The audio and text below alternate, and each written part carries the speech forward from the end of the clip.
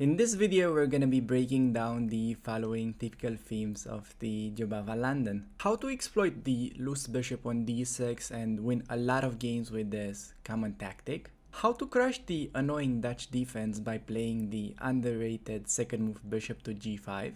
And at the end of the video, we're going to be dealing with the anti-Jobava London starting after e6 followed by the super quick second move bishop to b4. Okay, getting the white pieces against 1595. Gonna be going d4 and hopefully we can get a very interesting game. Gonna be going knight c3 and then bishop to f4. But opponent plays c6 in this position, going for some kind of a Slav setup. Gonna be going e3. And I'm expecting bishop coming out like that. Plays e6, playing with a closed bishop. I think now we can, just go bishop d3, knight e5, and queen f3, long castle. That would be the ideal plan. Okay, bishop d6. I've noticed in like the Hans Niemann course, there are some lines where he allows bishop takes and going for that structure, but I think in this particular scenario, it might be even better to play knight e5. Black goes for short castle. Gonna be going bishop d3 and using, I would say, one of the most typical plans for the Jobava. Opponent goes knight d7, and how nice, because this allows a very nice tactical trick. You guys can even like pause the video if you wanna like find that, or pause the stream, because it's all about this bishop being undefended on d6. And by the way, sure, we can play like queen f3 or anything else and be slightly better still, but I think we can either do that or take on f7, and we're winning a pawn with sort of a crashing position. I think just on f7, weakening the king. Can't really decide. I think that's the nicest one. Collecting the bishop now. We're up a pawn to bishops. Rather color them this way with green. And this one's like quite bad there, and yeah, it's just like looking really nice for white now. Opponent plays e5, trying to open up his pieces, but I think this is just a bad move because we can take the e3 pawn, hit the knight, and yeah, I mean, I think this is just losing because we can take, I don't like knight e5, there's even bishop h7, so yeah. Knight e5, it's a nice idea because it's a double attack against my queen and the bishop, but I think just taking is kind of crashing. It's okay, we just have king takes. I think he was supposed to maybe play king h8, but I mean anything loses at this point. His position is just that lost. Queen h5 simply. Yeah, making sure the bishop's no longer attacking it, and then you can take with a bishop. Could take with a bishop. There's like rook f5. Because if I take with like queen, there's still rook f5, but I mean just queen back, so that's just like best. Okay, we see rook f5. Just gonna be playing queen back, I thought, and then we're like rook g5. There's this move that's pretty much spoiling the fun for my opponent, because then that's gonna be pinning his rook. Yep, there's like no annoying stuff now, no annoying like attacks anymore, and he can't really pick up the bishop because the rook drops. Okay, opponent just doomed. And by the way, this is coming next, and his rook is like in a lot of trouble. Not to mention we are up a knight in this position, among other things. Okay, we see bishop f5, just gonna be forcing his rook to move away, and then trading queen. We're up a piece in the endgame. What can you wish for more? Okay, gonna be taking on d8 and gonna be trying to trap his rook there on g2. We see bishop h3, just gonna be castling long. I mean, I could also just start this way. I mean, let's just win his rook, why not? Ooh, he has g5. That is a nice move that I missed. But I'll just do we castle? I mean, anything wins, really. Always say that and then never win. Well, g5. Okay, can go knight g1. This is gonna be a funny picture, guys. Gonna be going there. Hitting this guy. And then once he moves the bishop, we might be using the good old king. King getting the job done. That is always the nicest. He just rook g3 sacking, but we're winning the full rook. Bishop g2, but I mean he was hoping I think that way and he's trapping my rook maybe, but okay. Can we trap his bishop? That would be a fun one, playing f3 and trapping his second piece. Goes d4. Just gonna be pinning, or like taking with check and then pinning. Okay, let's actually try to play for the bishop trap, just because it's super funny. Let's try to play for the bishop trap. D king e2. That is what I'm having in mind. I mean, obviously I can do anything in this position, but having a little bit of fun with this. Defending my rook. Big frat. King e2. Also, he's gotta watch out for something like this at some point. He can activate with rook, but it's not really gonna matter. Knight e2. This is coming, collecting. I mean, how can you get two pieces trapped on the same square in the same game? I don't get it. Just gonna be playing rook g1. Like bishop h3, we have that and we mate. Yeah, we do see the resign. GG. Okay, that was a fun game. Make sure to remember this tactical motive that I showed you earlier with this knight f7. It's very common in the normal London, in the Jobava as well, it seems. I had two winnings moves, but I think both are relatively same winning. But I liked this one better, yeah, because it's kind of weakening the king more. We're getting the white pieces. Let's try to get a really interesting Jobava London. And what is this? d4, f5. I'll try to show you guys this line with bg5. It's been a while since I played it, but it's on me, okay? Let's see if I still know how to do this thing. Okay, it's somewhat like a Jobava London, isn't it? That is not a move though. I think he's just lost. So like, point with this plan was to develop like this. Queen f3, bishop d3. He's got to defend with like g6, I guess. We castle long. This knight coming into like e2. And then we could potentially just go h4, h5. It's just sort of easy play for white.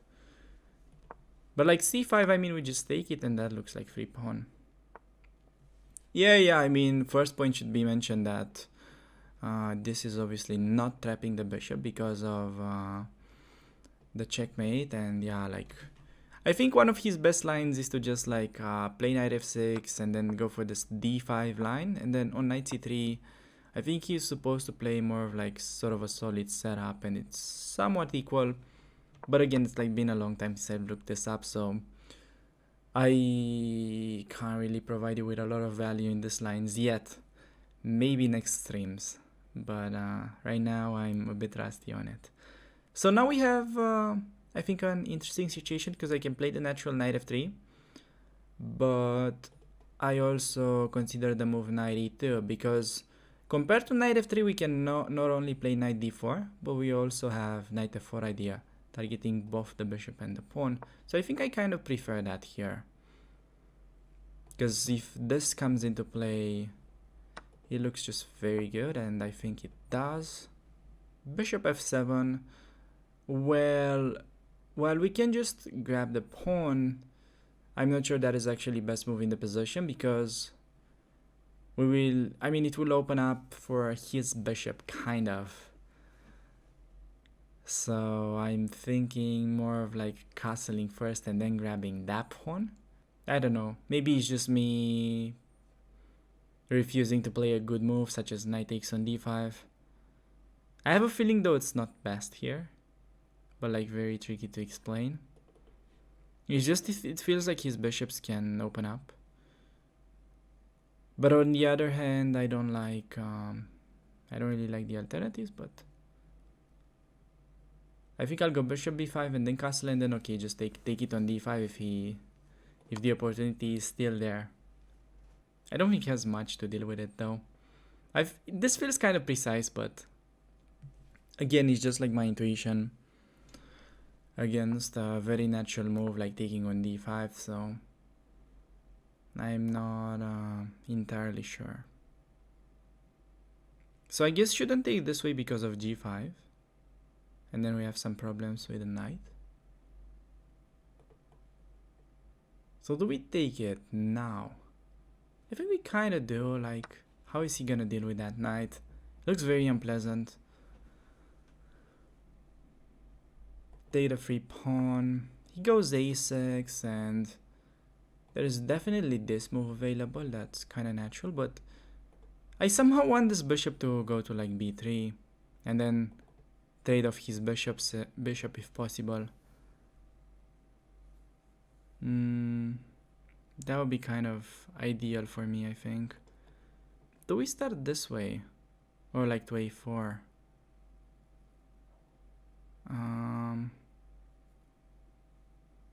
Might not really matter that much.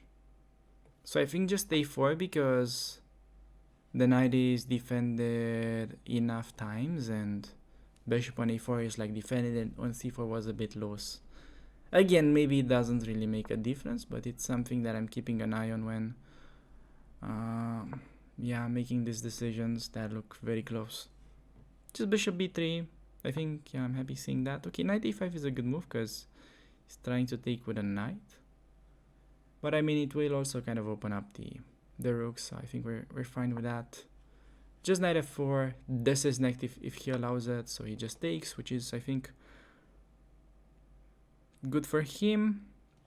I don't think it makes much sense taking because that will just bring his rook that could potentially activate on the second rank, so just gonna be taking. If he's willing to trade queens, so be it. I mean, I'd like to have an active rook. And also, now that he played b5, this pawn on a6 needs some protection. So maybe he plays queen b6. That looks like a natural move. And then if I persist with some knight d5, he could maybe go queen b7, although I have queen f3 in that position, which looks pretty juicy. And not only I'm pinning, but also having a small tactical trick. Kind of like that idea now. Queen a7, but I didn't really like this move because it's sitting on the same file as the rook. Question is whether we play b4 to like fix this weak pawn, or we prefer to play with like c4 and his bishop remains intact and we have the strong knight. But the thing is, we have strong knight, but he can sort of play around it, so I'm like not sure I really love this strong knight that much. I'd prefer his bishop to be like weaker, and I think we also have a tactical trick, like if bishop d6 there seems to be knight takes on f6 as a good move. And then we pick up his bishop, so he kind of has to give up bishop pair now, which is not a good sign for him. Like bishop e7 and then you can just like take it. We have an interesting exchange stack with rook a6, but okay, he goes to b6. I think we just like take it. And then I can make this move, fixing his pawn. It doesn't really feel right though, because I'm kind of giving him control over the d file. Maybe queen d4 is like a good move. Centralizing while gaining a tempo, because I'm happy to like trade queens here, being up a pawn. And if he avoids the trade with like queen c6, let's say, then I think, well, we can simply defend, but maybe even queen c5 is an interesting move. Because after the queen trade, I have b4 ideas, but I'm not sure that was a good move. That was just a candidate. So now I think we can bring the rook. And yeah, point is, if rook d, we can give up the queen, not only for 2 rooks, but his bishop would also have to be sacrificed to avoid a mate. So I think now we're like looking really good, being up a pawn and controlling the board. I think this is like a really nice situation that we're in. So pretty much just making sure this pawn is defended, and next up queen d7 could be a very unpleasant threatening to trade queens and also hitting the f5 pawn.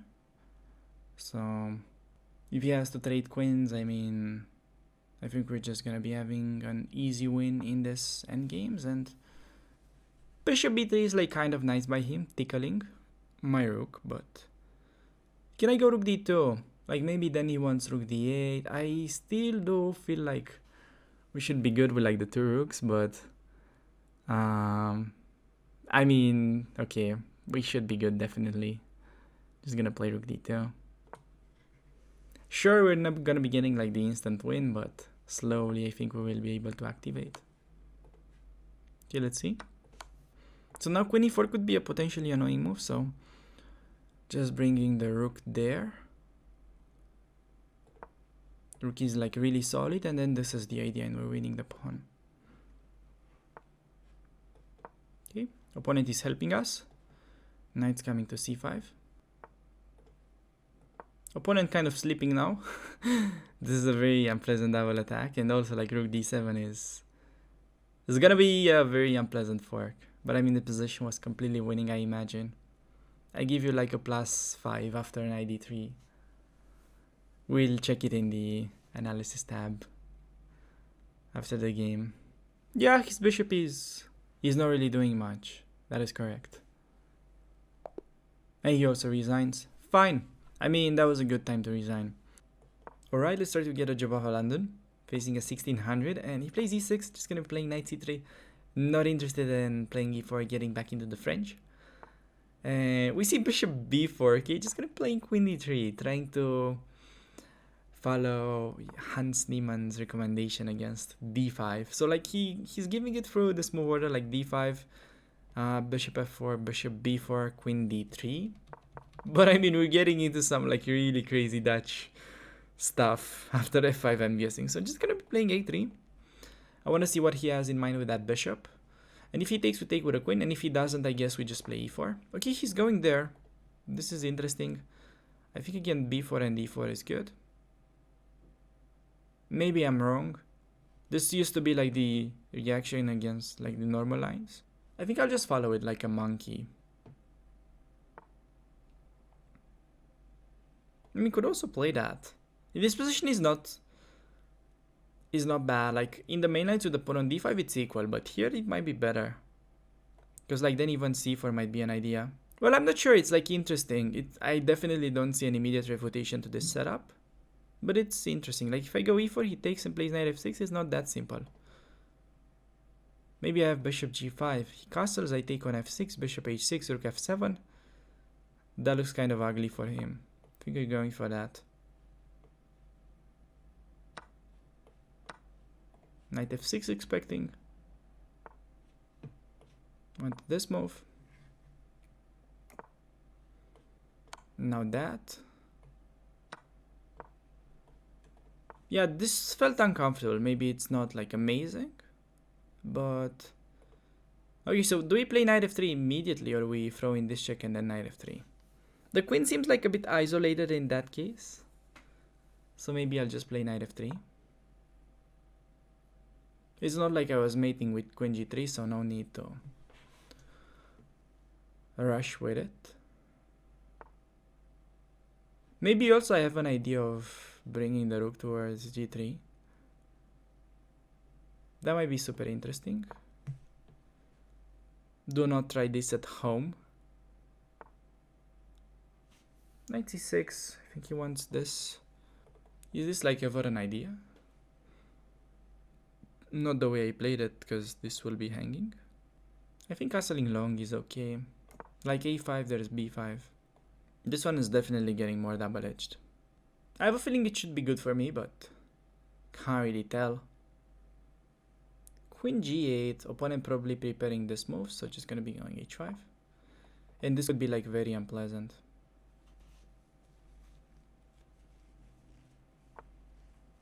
Plays knight e7. I mean, I can still go for that.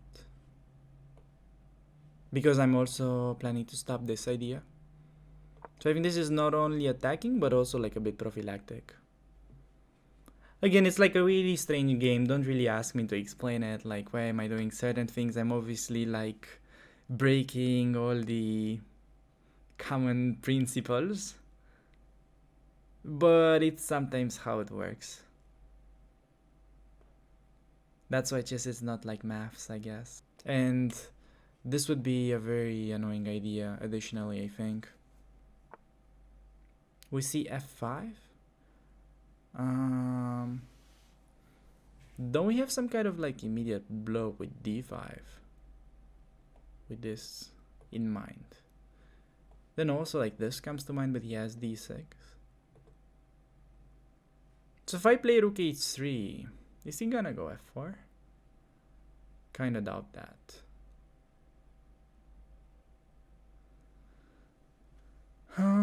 Well,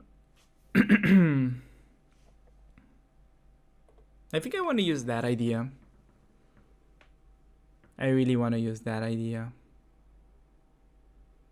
So like d5, how is this? d5, knight e5, knight g6 check, pawn takes, we take, queen takes obviously,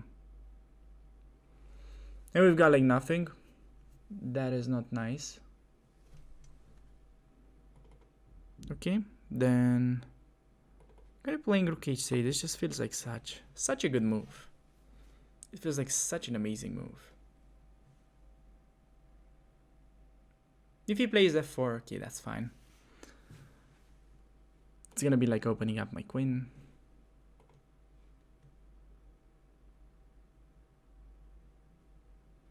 Maybe f4, bishop f4. He goes queen g4. Not sure what to say about that move. Like rook g3, he wants to take the knight, but I mean we have the simple bishop e2 as an answer. And then his queen is like really misplaced. He's gotta play queen e4 maybe, or he goes back. Yeah, he goes to e4, but this just simply doesn't feel right. We don't even have to trade. But trading is definitely fine. So we can trade and then play c4. His bishop's kinda misplaced. Has to play c6. Queen g3 is also like interesting, but then queen e2. You really have to make knight g6 work in that position to play it.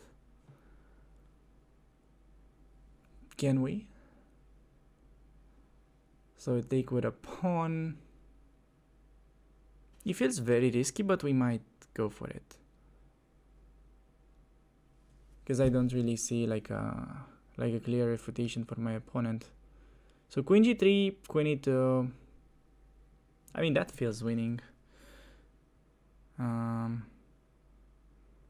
Yeah, just like knight g6. Feels just crushing, man. Gonna go for that. Maybe he's got like a better try with this. But I thought we could use the same motive. Can't we? Just feels like we've got too many pieces on that king side. Like 1, 2, 3, 4. The pawn can be counted. Feels like a bit too many, but I don't know. Takes this way. Hitting the rook. So at this point, I think we're only down a pawn, but his king is getting completely crashed. So I think this should be easily winning somehow. I think bishop either g5 or f8 should do the job. I think I like it here better, keeping queen's path opened.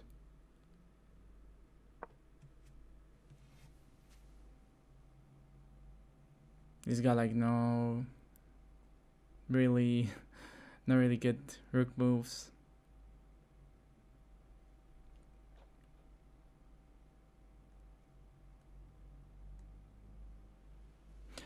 In this position, by the way, maybe this was also a thing, but I usually miss this kind of moves. I think queen c7 was maybe best according to the engine, but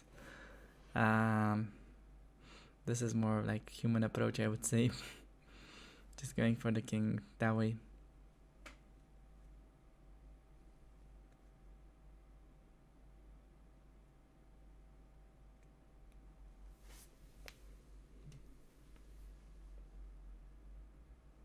Queen c7 is definitely not a human move, but I think the engine always plays something like that.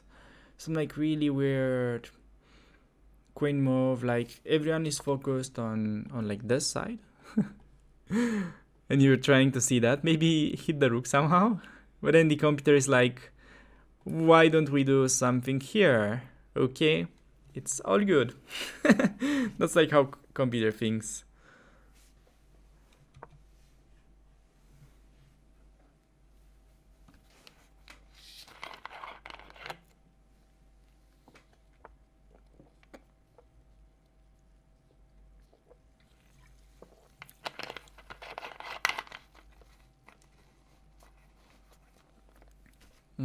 Your opponent trying to go for the counter attack. Hitting my queen, and yeah, I think we can like simply move it somewhere. Like, simplest way, assume it's queen d3, and then queen trade, rook trade. I mean, take with a rook, and then he plays rook e8, take h7. That's like GG. Do we need to do something better? I don't think we do. Just queen d3, just keeping it very simple. And taking with this rook, I think it's precise, because this one wants to take on h7.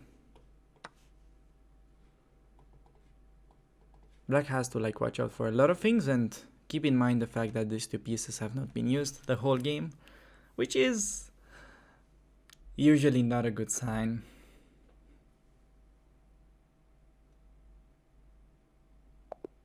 Yeah, we also see resignation, and that's pretty much it. I'm not sure Queen GT was best in that position, but it definitely looked crashing, so we're gonna be having a look on it.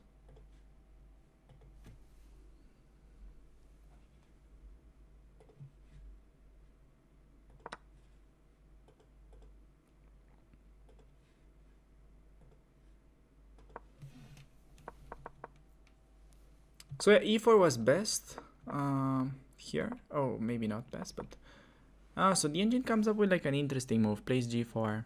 That's kind of always doable in the Dutch, but not really like a big Dutch player. So yeah, I mean, I tend to play it more standard, not really going for like crazy gambits. And yeah, this just felt sort of crashing. I should have played c4. That was like simpler. But even this... Okay, h4 may be a bit unnecessary. But like, yeah, all is good. h5 was good, stopping queen g6. And then knight h4 felt good as well. Okay, rook h3 again. Bishop e2. And yeah, like queen d3 best move apparently. There's just like, the attack is devastating.